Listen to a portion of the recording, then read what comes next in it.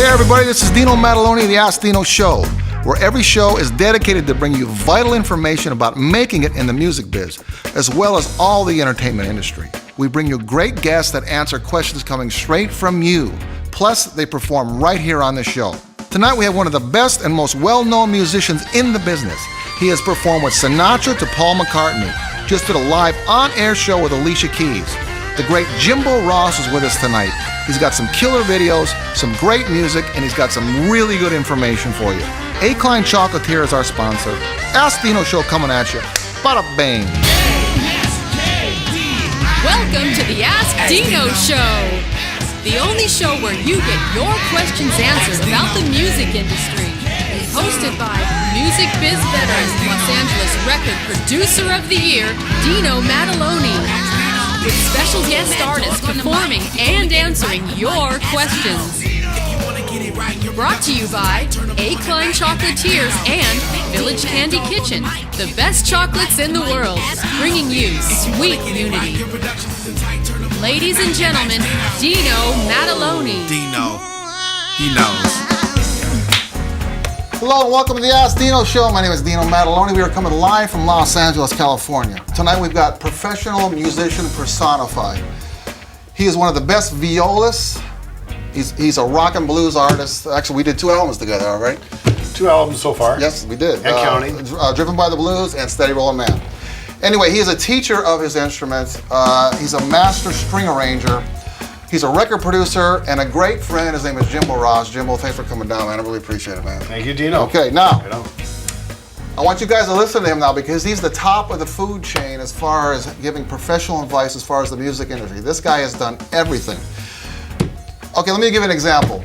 A couple years back, I went to the Grammys, okay? I get to go every now and then and get, kind of escape from the studio. I went one night and I was watching the show and this guy was on stage performing with 4 different artists in one night. He was with Alicia Keys, Train, Josh Groban, and Joshua Bell all in one night. Okay, now that's pretty cool. Okay, so can I read some of your credits? Hey, right ahead. Okay, here we go.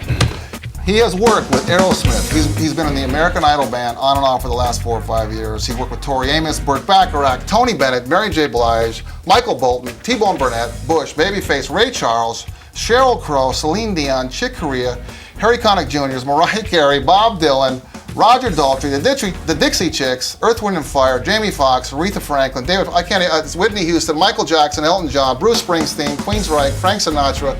It's insane. This guy has done so many things, okay? That's why we're here on this show. We bring you people like this to give you some advice so you can learn about the music industry. Now, out of all the things he's done, the things that he just did recently I think it's the coolest. He just did Paul McCartney's new record. Okay, Sir Paul McCartney. So Jimbo, could you just tell us, first of all, how you got the gig and how it went to working with somebody like Paul? I got the gig because, just being around the circuit and being a string player in demand kind of things that I was on lists of arrangers. Johnny Mandel was the arranger for this session. Yeah. And Johnny has done unbelievable stuff for, umpteen zillion years. He's one of the arrangers that writes the kind of stuff that just get under your skin. Right. And so he knew you from before? He knew you from I other worked for Johnny for years because I worked for Jules, this one contractor who contracted me for all the Grammys. Yeah. And he did all the, like, Sinatra duets record and besides the Grammys. And right, so in other words, Paul didn't say, hey, give me Jimbo. You had an arranger, you had a guy that hired string players that hired you. I was, right, correct. And then, being not your typical string player, because I play classical music, right, classically trained, I read music perfectly the first time it was put in front of me. Right. When my very first record was back in '75, I think I played on Off the Wall album, the Michael Jackson record. Michael Jackson, Off the Wall. So people know you throughout the years. I'll be playing clubs every night and playing sessions during the day. Right. A lot. And we're going to get into that too. Paul McCartney, of course, I'm not the normal string player, and he comes walking out on one of the breaks. He comes walking up to me going, he goes, "Dude!" And it caught me by surprise. I kind of went, "Sir, dude, what do you say, man?" And he picked me out. Right.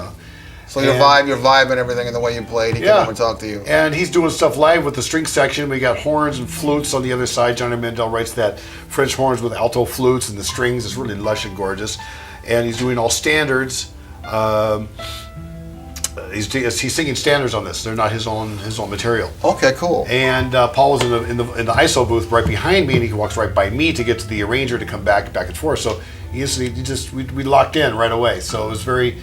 And the thing about being present and available, right, and being top, being on your game, and people that notice you, right. And you also probably treated him like just a regular. Well, we all know it's hard to treat Paul McCartney like a regular guy, but you probably didn't go, "Oh, Paul." You probably just went, "Hey, man, what's up, dude?" Right? Yeah. That's what they want. Yeah. That's what they want. He's normal people. He's like blue jeans, t-shirt, just a nice guy and hanging out, and I'm pretty much just a straight ahead shooter anyway. So it's just awesome. Okay, so now. We're going to look forward to that coming out, too. I can't wait to hear that. Anyway, so now, you just recently did a live performance on BET television with Alicia Keys. And you also played with her several times on other things, too. But you did the live performance, which means that you went in and you rehearsed. You did the whole 9 yards. But what I want you to do is tell the viewers out there, what is it like for a typical day, a typical television day when you're going to play with a famous artist? Kind of how it starts and what you go through and how it ends. I got the call. I knew the MD for Alicia Keys. They're in New York City, and I was aware that they were coming out here to do the gig, and they wanted 24 strings. Mm-hmm. And it turned out to be only 12 strings, but I still was in the main core. We did the day before, I believe it was on Saturday. We rehearsed and did the pre-record. Okay. For about 6 hours at a known place where they do all that for a lot of the stars. And we had to go down to the Shrine for the blocking, camera blocking that night. It was a 6-minute segment with Alicia where she had Bruno come and do a little thing with her and a rapper, I forget his name. Bruno Mars? Bruno Mars, yes. Mars, okay. And so we get on our little scaffolds and our little areas, our little cubicles that we had to play. We did all the pre-records, all the tracks are already done. And we had to basically just go through the motions. We had to basically just sidelining along with there was no mics on us live. Right. For this particular performance. Nobody knows that. But, you got to be sharp, on it and be ready and available and cooperative because there's a lot of hustle and bustle going on the stage when they get sets on, sets off. You got to be on and do your thing. And Alicia's just an amazing performer, singer, gifted pianist, and just a delight to work with, too. At the end of the day, you went through all this stuff, and then you went and did a blues gig. I went and did my gig with my band. It was like the best therapy in the world for me. I was just like, you just let it all hang out. Okay, right now I want to go to a video. We're going to go to a video of Jimbo rocking in his band. I think it's Messing with the Kid, but check this out. Jimbo Ross kicking butt on the Bodacious Blues Band. Check it out.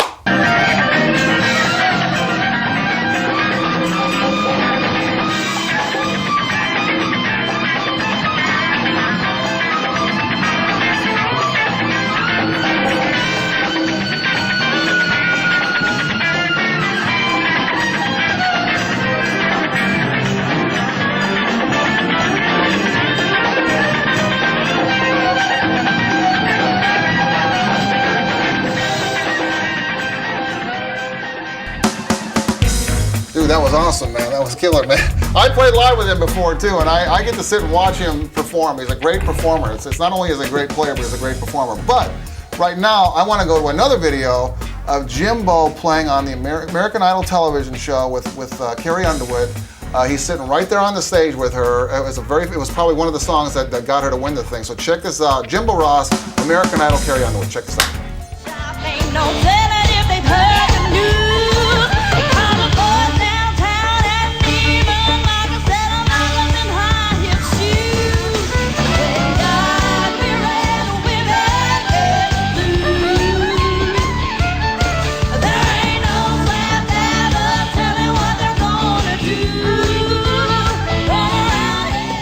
Hi, I'm Jimbo Ross, and you are watching the Ask DINO Show. DINO.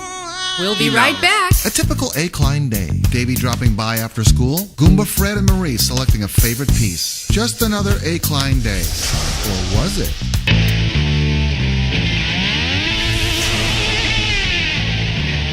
It seems that word is getting out about A. Klein Chocolatier.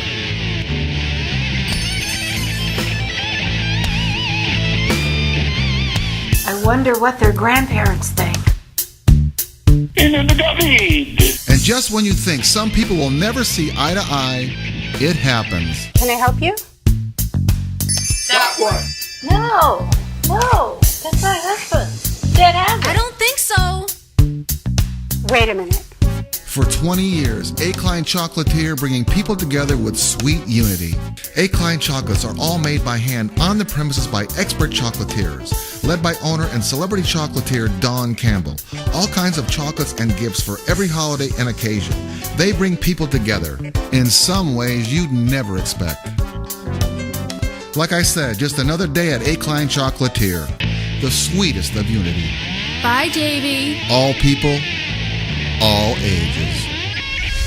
A. Klein Chocolatier in Claremont, California, and Village Candy Kitchen, Oak Tree Village, Yucaipa, California. World-class chocolates and gifts for all holidays and occasions. Order online at aklein.com. A. Klein Chocolatiers and Village Candy Kitchen, the sweetest of unity. You're watching the Ask Okay, Dino now- Show. Just a bit of news here. The last show that we did, we had Josh and Pariah on the show, and the guys in the band that I'm producing right now. Josh was record Resurrection, and recently we just got nominated for 3 Los Angeles Music Awards, and we're very proud of that. We got Best Rock Album, and we got Best Guitarist for Joshua, and Best Drummer for me. So anyway, check this out. We went to the Whiskey A Go Go. It was a nomination night, so check this out.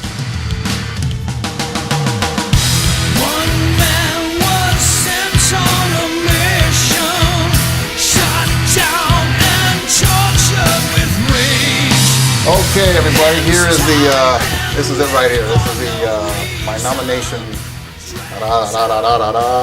Anyway, okay, now, let's talk about the importance of the role. We always talk about the role, and you're like the perfect guy for this because of the fact that you do so many different things. And what I want to stress about this is the importance of knowing your role, because one day, Jimbo's got to be playing on American Idol.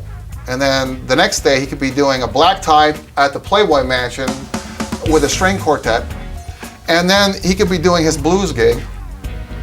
And then he could be playing with Frank Sinatra, which he did for all the duets album. And those are all different roles. So you have to not only have your music together, but you have to have your persona together. When you go to the gig, you have to be different people. So Jimbo, could you tell us the importance of knowing when to be quiet, knowing when to be the blues guy, how you will go about that? How do you do that? You're right. It's like a juggling act, and the main thing is keeping humble and being present and being very together, and don't be the loudest person in the room. Mm-hmm. You know, it doesn't get the most attention. The main thing is keeping your eyes and ears open, because the ears are what, you know. Right. So in other words, because I've seen him do it. I've seen him, I play with him on stage when he's the rock and blues guy, and he's the performer, the out front guy. And then I've seen him with the tuxedo at Johnny Mathis at the Greek Theater, just being this guy right here. So the point I'm trying to stress is that when you're a musician and you do gigs, let's say you get hired to do a session at a studio. You go in and you do what the producer says for you to do, or the artist says for you to do. You're nice, you're humble, you give suggestions, you do what you're told, and then you leave. Now, if it's your session and it's your music, then you come out with more of your opinions, and you should do this and you should do that.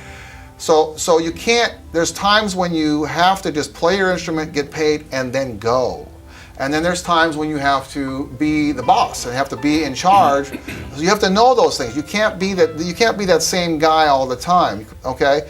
Because the reason why guys like me, record producer, will hire you and hire you back is how you make us feel when we work with you. Your playing ability is important, but it's how you make us feel. And am I comfortable with this guy? Is he going to listen to me? Is he going to do what I ask him to do? It doesn't really matter how great you are or not. If you can do the part and you're easy to work with, you will work more. Correct, Jimbo? Absolutely. You know what? It's not about me. It's about the tune. It's about the music. Always, yes. And that's one thing I learned about playing with all these different artists, keeping my eyes and ears open. I learned so much every time I work with all these great arrangers. I hear how they put things together and write stuff. I don't go walking in to do a film session being Jimbo the Blues Dude. Right. I go in being Jimbo the professional. Exactly. That's the professional point. player. It's about making this work great. That's when I did the solos on the movie Scorpion King. I was playing electric violin solos all over the place, and I could go out and play in a section, playing the gorgeous orchestral sounds, blending in with an orchestra. You know, and that takes a whole other knack too. You can't stand out in a situation like that. Multitasking. Right now, you have to multitask. You have to multitask, okay? This guy's a master of multitasking, okay? I do multitasking all the time. You have to. It's not about just being the rock guy anymore or the jazz guy. You've got to do all these things, okay? Now, what I want to talk about now, I want to talk about Jimbo's better half, Nika Ross, who his wife, and not only his wife, she's a phenomenal cello player. I've used her many times. Hi, Nika, how you doing? Anyway, I've used her many times at the studio, and they're great together. And believe me, you get these two together and you triple track them, quadruple track them, believe me, that's all you need. Jimbo plays the viola, then he plays the violin, and believe me, it's all you need. They're that good together. So, but what I want to ask you, Jimbo, and I've observed this, and I just kind of want to let you, people out there that maybe they're married, maybe they have a girlfriend in the business, maybe they're a couple. How do you guys get along? Let's say you've been fighting during the day or typical spouse stuff, and then all of a sudden you go to a gig. How do you guys do that at the gig and still work together? You know what? When you walk in the door, you leave your ego outside. Whatever problems you have, you don't bring them into any particular situation. It's all about the music. It's that you walk in, you drop it, you just drop it, and it's just kind of like everything just kind of melts away. Right. At least that's in our world. And I've seen them do that too, because I've seen them when they get. Jimbo and I are friends. We've been friends a lot. So when I've seen them at the studio, and I could tell there's a little. But as soon as they put those instruments on, as soon as the microphones get in front of them, it's complete professionalism, and all that stuff goes. And all they're doing is reading that chart and they play. So if you're a couple out there, and you're going through anything with your spouse, and you have to do a session together or a gig together, you've got to be able to leave that stuff out the door. You can't fight, because guess what? You'll never get hired again. Okay? That's why this guy's been working for so long. That's why he's done so many gigs. That's why all these famous people will hire him. That's one of the reasons. Not only because he's a competent musician, he's a smart guy, and he knows what to do when it comes to a session. So now, what I want to ask you, what's new on the horizon? What's the newest thing? What's coming up for Jimbo Ross? Seeking management, world tour, perhaps, for my new CD that just came out recently, and to get out there and play concert stages around the world. Mm-hmm. Cool. And still keep doing what I'm doing. I'm doing sessions, little gigs. I just played a concert at the Disney Hall with the LA Philharmonic people. It was a fundraiser for Japan. We did Beethoven's Ninth. Huge, gorgeous symphony. Okay, Jimbo, so at the end of the show here, what I like to do is I like to give our guests a chance to, in case we didn't hit on something, just to give your personal advice on all those young artists, and maybe not so young out there, that are trying to make it in the music industry. Give them some advice that maybe we didn't hit on, just on your work ethic, what you need to do, how you need to concentrate and make it in the music industry. Be user friendly. You can't be walking in like, people walk the walk, but they don't talk the talk, or they talk the talk, but don't walk the walk. You don't need to be that persona of something that's just too hip for the room. Be yourself, be true. Be true to yourself, and be true to the music. Right. And everything else will follow in. Be there, be available. Network. Make contacts. You connect with people. And people say, wow, that cat was cool. He was nice. You know what? I'd like to work with him. People remember that. So if you want to be that useful megastar and work with the people that are the megastars, keep your ego cool and just be there and available to be able to do the right thing at any given time. Awesome. And network. Make calls. Right. Be available. I found the best gigs I've ever gotten have just been when I was working on the Oingo Boingo's very first record. Garth Hudson was producing. He was the keyboard player from the band. He he checked me out. It was this was back in 1974, 75, whenever The Last Waltz Scorsese movie was coming out. He dug my vibe, asked me to play on the Last Waltz album, because I was there, I was available, being professional. Okay, Jimbo, I can't thank you enough for coming down, man. I really appreciate it, bro. Thank you, man. Real pleasure, Dino. Yeah, yes, it was great. Now, I want you to listen to this guy, okay, because he's really going to help you in the industry. It's not only about your playing ability, okay? You can be a great player, but if you are not a nice person, I say this over and over and over again, if you're not a nice person, you won't get work. You got to be a great player, you got to be able to read your music, you got to be able to show up on time, but you got to be a good guy too. You got to be a good person, all right? Okay, I want to thank Time Warner for the show. I want to thank 8 Klein Chocolatiers for the great chocolates. Thank you so much. Don Campbell, thank you so much. I want to thank our producer, David McNeil, our tech director, Gordon Michael, our director on the board, Steve, our artist, Jeff Mataloni. Stay tuned for more shows. My name is Dino Mataloni. This is the Ask Dino Show, and thank you for watching.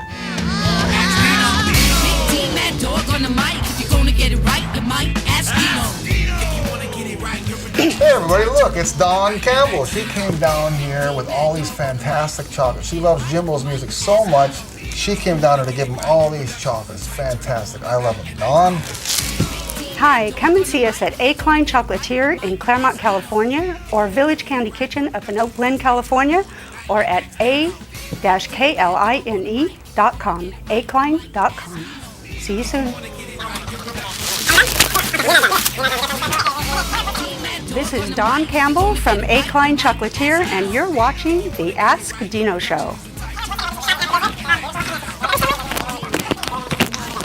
I got it. He's got it. Okay. Hi, I'm Jimbo Ross, and you are watching the Ask Dino Show.